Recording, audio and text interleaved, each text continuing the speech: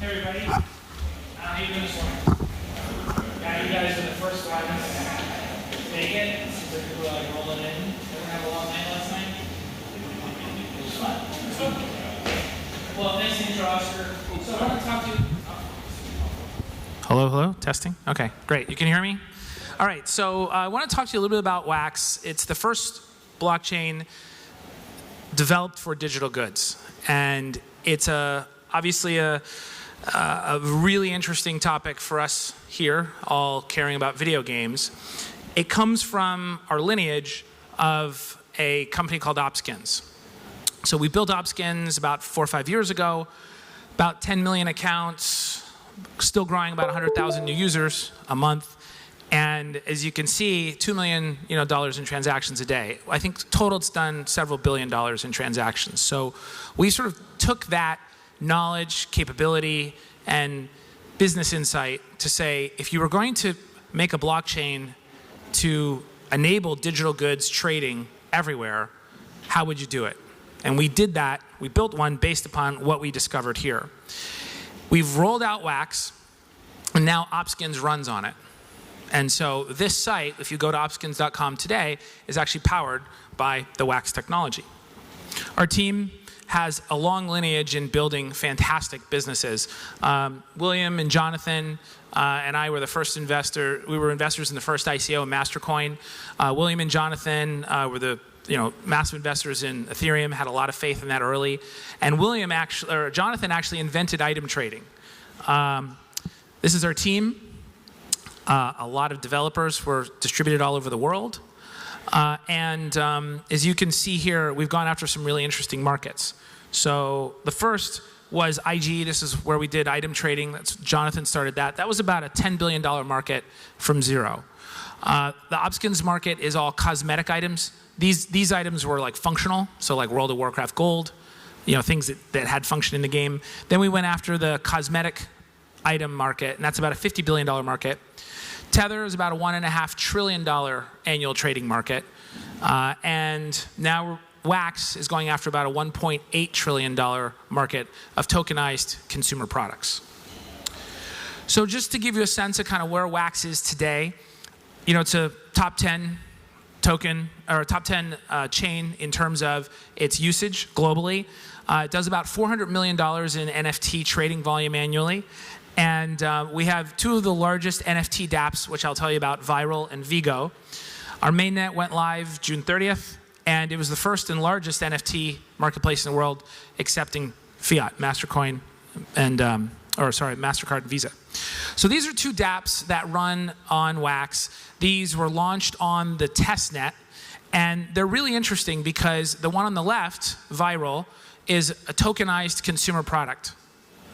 So you guys are familiar with Tether, right? Okay, so Tether's backed by a US dollar. A Viral, well, you're like, maybe. A Viral is backed by, say, a pair of sneakers or an iPhone. So basically what happens is that pair of sneakers, say it's a $1,000 pair of Yeezys, sits in a warehouse. We issue a token, and that token trades all day long. Meanwhile, the shoe never moves. So the first sneaker we issued traded about 226 times. Went around the world in 2 weeks. If you had tried to trade that same shoe through eBay or something like that, it would have taken you 2 years, right? Because you have to pack it up, check it each time, is it authentic, etc. So a tokenized merchandise can do some really interesting things. Has about 400,000 unique traders. We've generated about 2.5 million of them since December, and it's done over $100 million in trading volume to date. The other category is Vigo.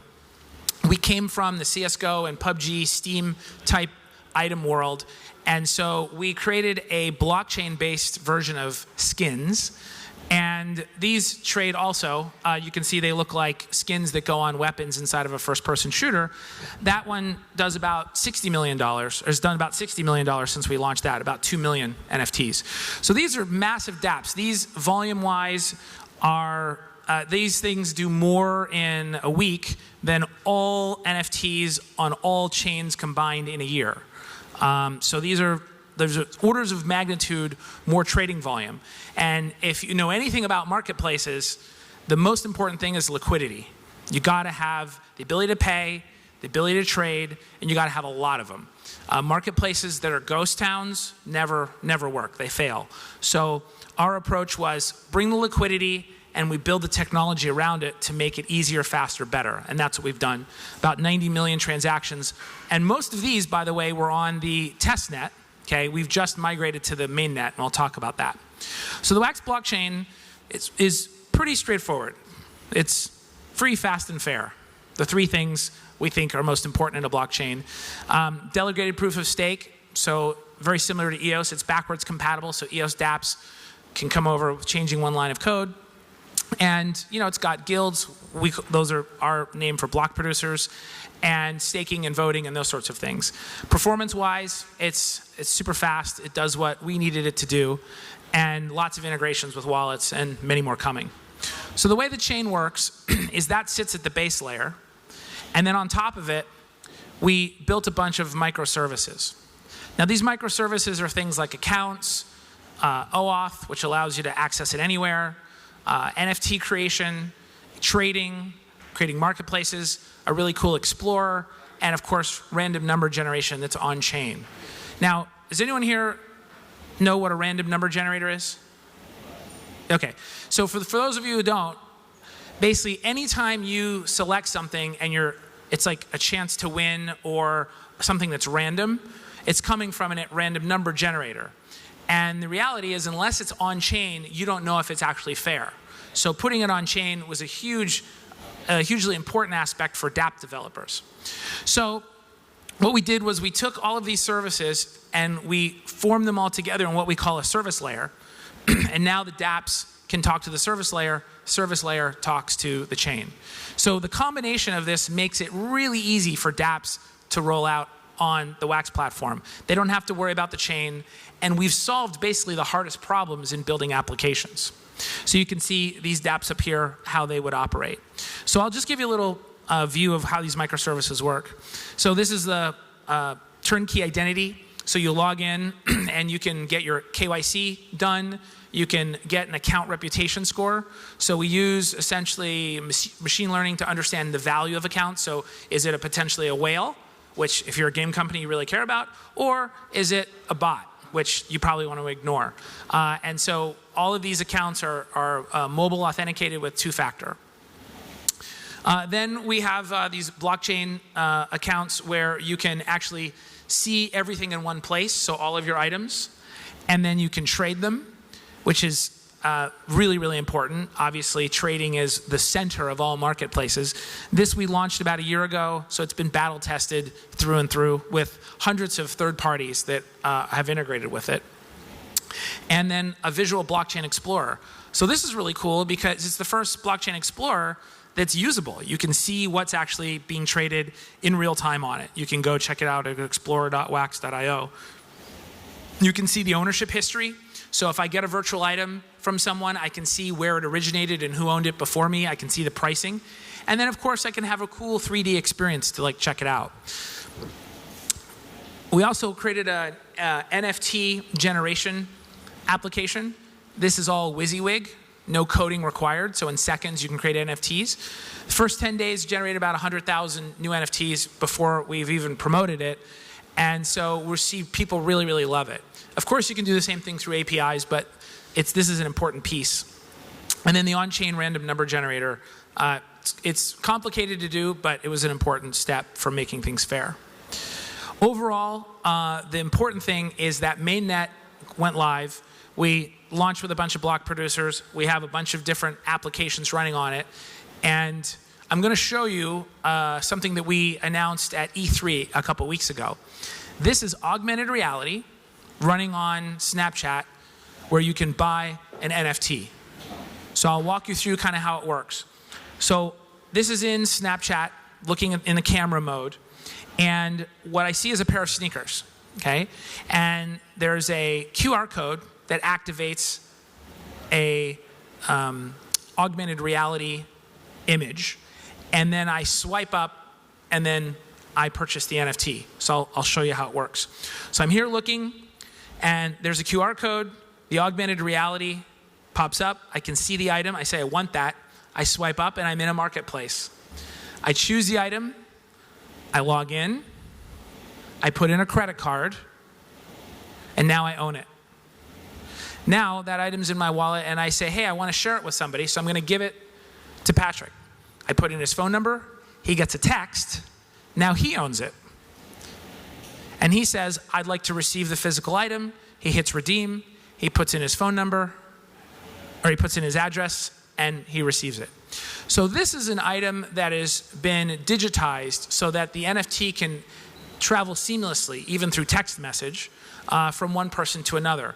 And as I said, the first pair of sneakers that we did this way changed hands over 200 times. And people really, really like these kinds of applications. So, in summary, what happens is the dApp developers get access to this marketplace. Obviously, because of the number of customers there, it becomes an attractive opportunity for them. We offer fiat payments, 24/7 customer support, and of course, lots of great customers.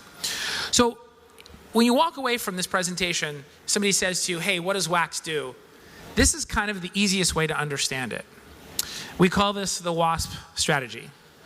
And what it means is, if you decentralized Amazon, and you decentralize Steam, and you decentralize PayPal, that's Wax. Because you can build your own Amazon, and you get all the capabilities to generate items, trade items, and deal with payments. That combination is very, very powerful. If I'm a game developer, and I say, hey, I want people to trade my items, it's one thing for them to go to my site, or one other site. It's a whole other thing for them to create their own site. In other words, if you have hundreds of thousands or millions of users, and now hundreds or thousands of them can create trading ecosystems, that is the gift that keeps on giving. In other words, each of them will build businesses, and those businesses then in turn drive people back to the game. The branding becomes very strong, and they're doing customer acquisition for you. So that's essentially what our strategy is combining all of these things together to make it work seamlessly.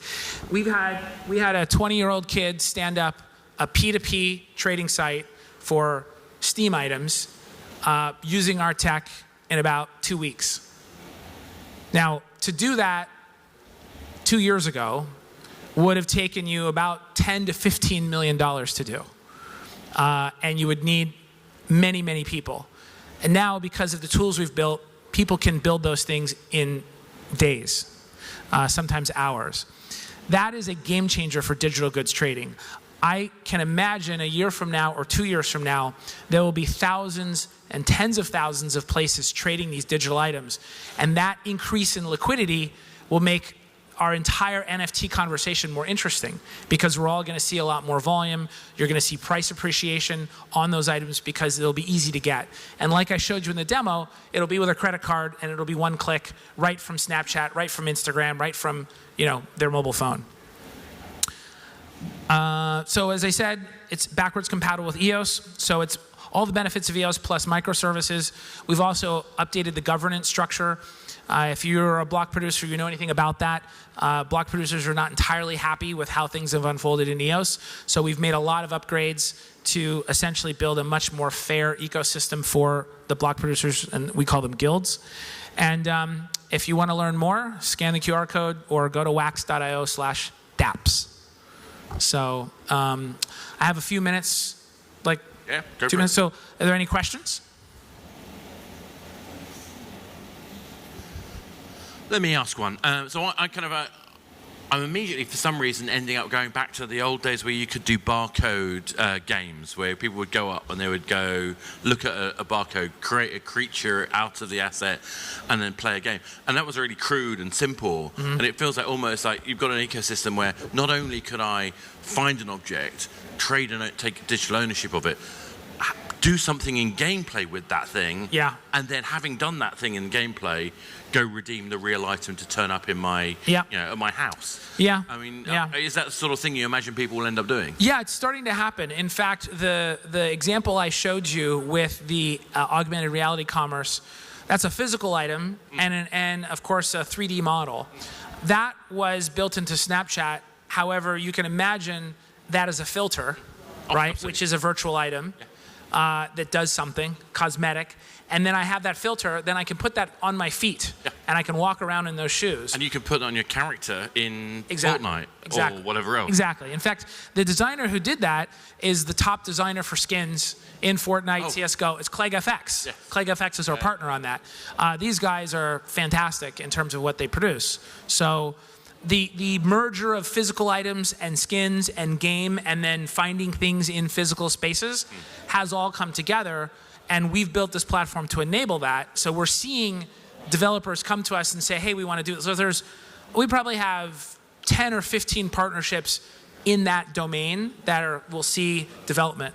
Well, I mean, as somebody who worked on PlayStation Home, the kind of virtual world, it was amazing to watch what people wanted to do in social experiences, and to be able to see that happening in kind of the physical world, particularly as we're going to inevitably get to the point at some point where we have the AR glasses that replace our phones. I mean, 5 years, 10 years, whatever the time frame is, I think that kind of merger between my digital identity and my physical identity is a really key thing. Yeah. We have a partner, Terra Virtua, who has an AR app and a VR app, and you can look at all your stuff. Yeah.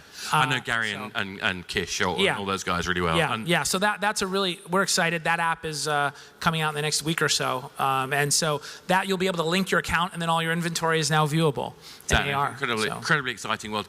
Any questions out there? I'm just having a fun chat. I'll come around with the mic. Well, it's the recording.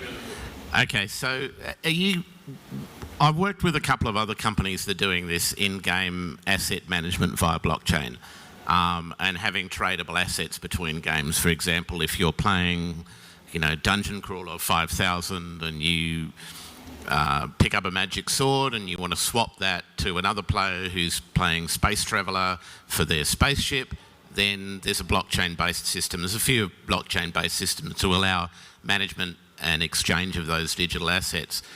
But what we find is a lot of resistance from the game companies. They look back on the days when, in games like World of Warcraft or even Second Life, people were professionally playing those games, finding those items and trading them in the real world for real money, hiding the magic sword behind a tree and then accepting a PayPal payment to tell someone in-game where that magic sword was hidden.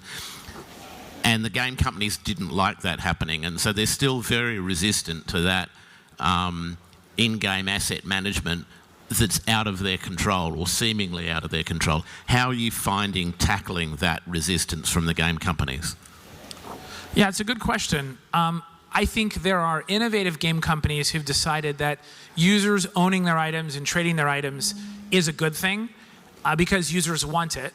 Our next presenter is going to talk about, I think, an ecosystem that's 100% based upon that fundamental idea. And I think that if you go back to the idea of free-to-play, most of the game industry in the West was anti-free-to-play. And when that business model started to work, it took 36 months for virtually all of them to convert to that model. And so my sense is that we're going to see the same thing here, that once we see a breakout hit game and wow, users love this, they'll all adopt it.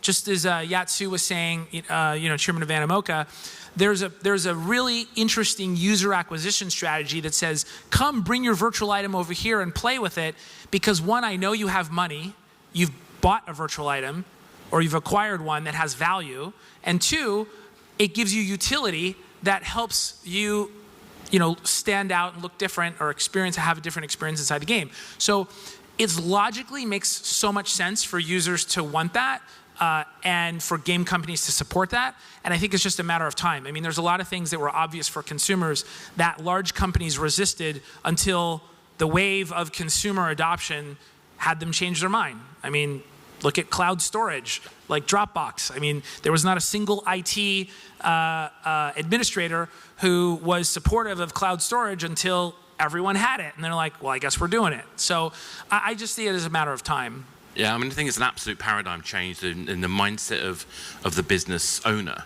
And that's something that is very difficult for established players to do because their established business is threatened by it.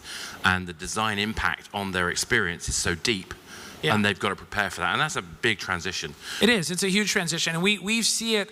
I'll give you an example.